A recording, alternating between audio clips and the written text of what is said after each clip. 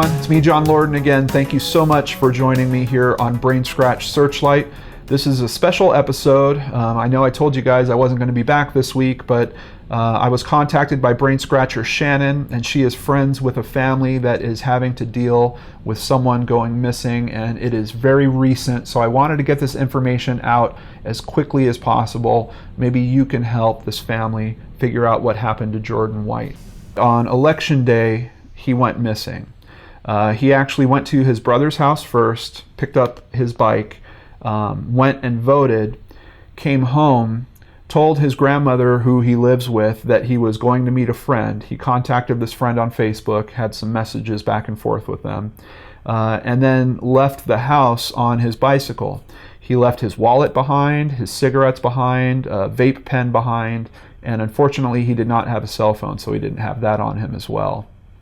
But he went missing. I believe he left at about 3 o'clock in the afternoon and would not be seen again. So let's jump in and see if we can get some more detail about Jordan. He went missing from Janesville, Wisconsin, and that is a city in southern Wisconsin with a population of over 63,000 people. You can see on the map here that it is the southern tip of the state of Wisconsin. And this article from channel3000.com gives us some detail on him. Janesville police said 23-year-old Jordan White was last seen November 8th. His family reported him missing November 12th after not seeing or hearing from him for 4 days. It is strange, according to the family, that he would be gone for this stretch of time without contacting them, Lieutenant Keith Lawver with the Janesville Police Department said. So it concerns us as well. I'm concerned right off the bat because there's a 4-day gap between him going missing and this actually becoming an official missing persons case. I know I spoke in my video, the BrainScratch Searchlight episode that I did about what to do and expect if you are faced with a missing person case. I dedicated quite a good chunk of time to trying to be sure that people get that information into the law enforcement as quickly as possible. You might hear this excuse about people have to be missing 48 hours or something along those lines. From the research I've done, in most states, that is not true. So even if you do hear that, ask to speak to a supervisor, try to push through that and get that report filed immediately. Unfortunately, in this case, we have 4 days before that info goes in. Friends and family have started a search party, and this happened about a week after he went missing. More than 25 people showed up to help search. Teams split up and scoured different parks and trails in town looking for any sign of White or the bike he left on. Police have released White's picture on social media and put it on electronic billboards in town. So let's see if we can find the critical information on him here. At this article at gazetteextra.com, they also note that police have no information to indicate any foul play. White is 6 feet 2 inches tall, Caucasian and slender with blue eyes. His hair, which is light brown, is long on top and usually in a bun or short ponytail. He usually has a goatee, and his demeanor is described as kind and quiet. White left the house on a red, black, and silver MDX mountain bike with shocks. He was wearing a gray sweatshirt, black athletic pants, and black and blue high-top sneakers.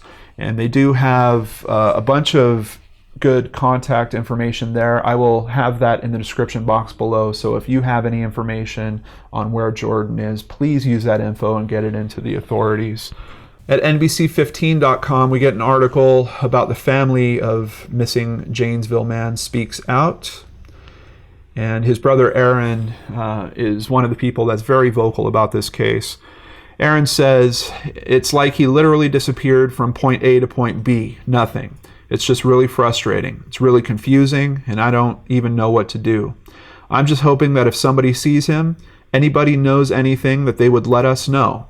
It just feels like I'm looking in the dark and there's not much I can do. I just feel very helpless in this situation, and it's really starting to take its toll on me."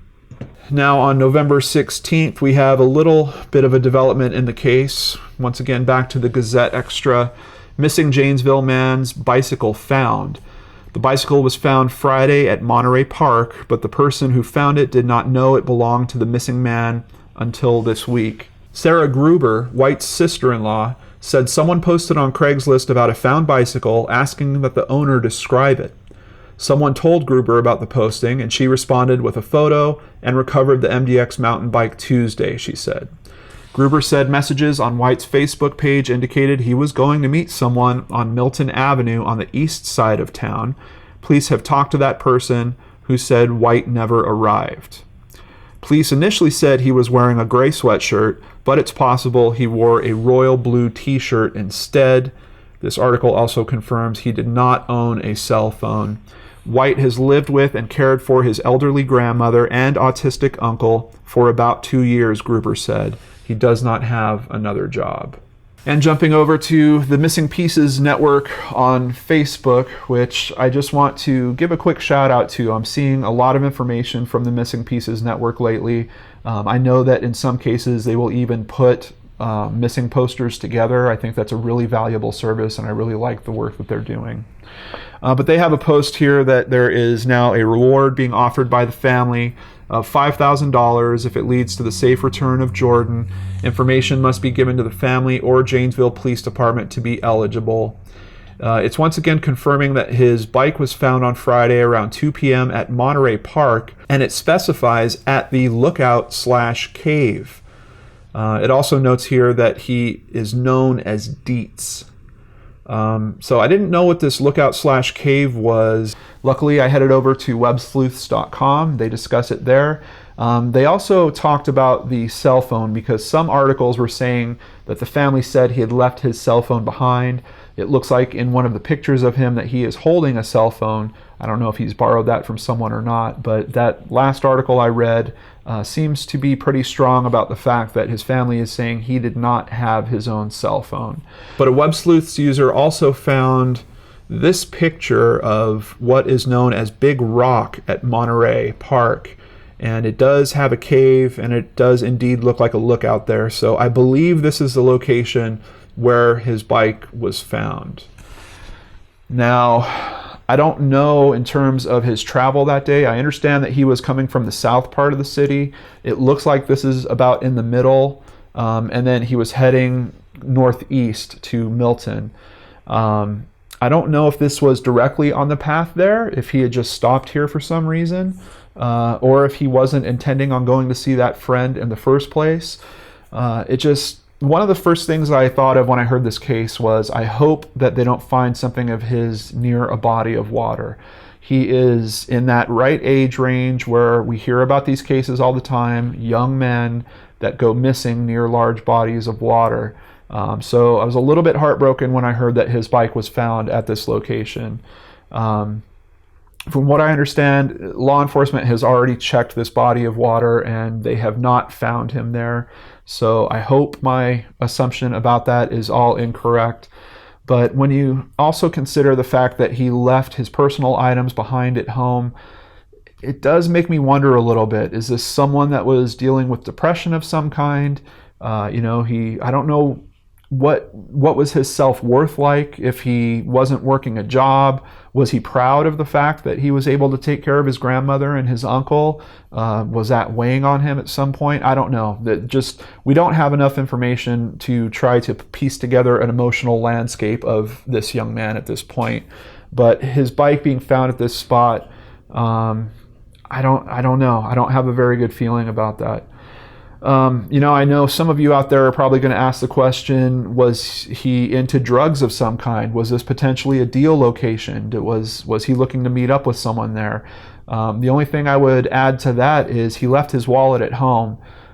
Yes, it's possible that he took cash. Maybe he left his wallet at home on purpose so he wouldn't have ID on him in case something happened and he got caught or something along those lines. I really don't know. Like I said, we don't know enough about this young man, but we do need to look at these different theories and considerations. And if you want to be a part of that, I heavily suggest that you come over to the Websleuths thread and continue the discussion. It's only 3 pages so far, so it's very easy to get through it all and catch up on where it currently is. And you can, of course, contribute to this directly at Websleuths. I did eventually find a poster for him. This one was put together by the Rapid Search and Rescue Network. I just followed them on Twitter. I suggest that you do the same if you want to help try to find people. They did a really good job putting this poster together. They note the information about his bike being found, but they do have information about his cell phone being left at home. Once again, I don't believe that that is accurate, but good job in terms of getting photos together of him. So I wanted to show this to you guys and just leave you with this. So that you could hopefully take a good look at it and burn him into your memory. And maybe you'll see Jordan at some point and be able to call in that tip that lets his family know that he's okay. All right, Brain Scratchers, this is where I turn it over to you. Please use the comments below to share any other information that you find or your thoughts on this case. I truly hope that Jordan is brought back to his home safely and soon. This is a case that's only a few weeks old. I will certainly be watching it, and I will keep you up to date on any new developments. My heart just goes out to his family. I know his brother is really struggling with all of this right now, so I hope that in some way this video can be a part of the solution that helps them. Take care, everyone, and I'll catch you on the next show on the Lord Nerds channel.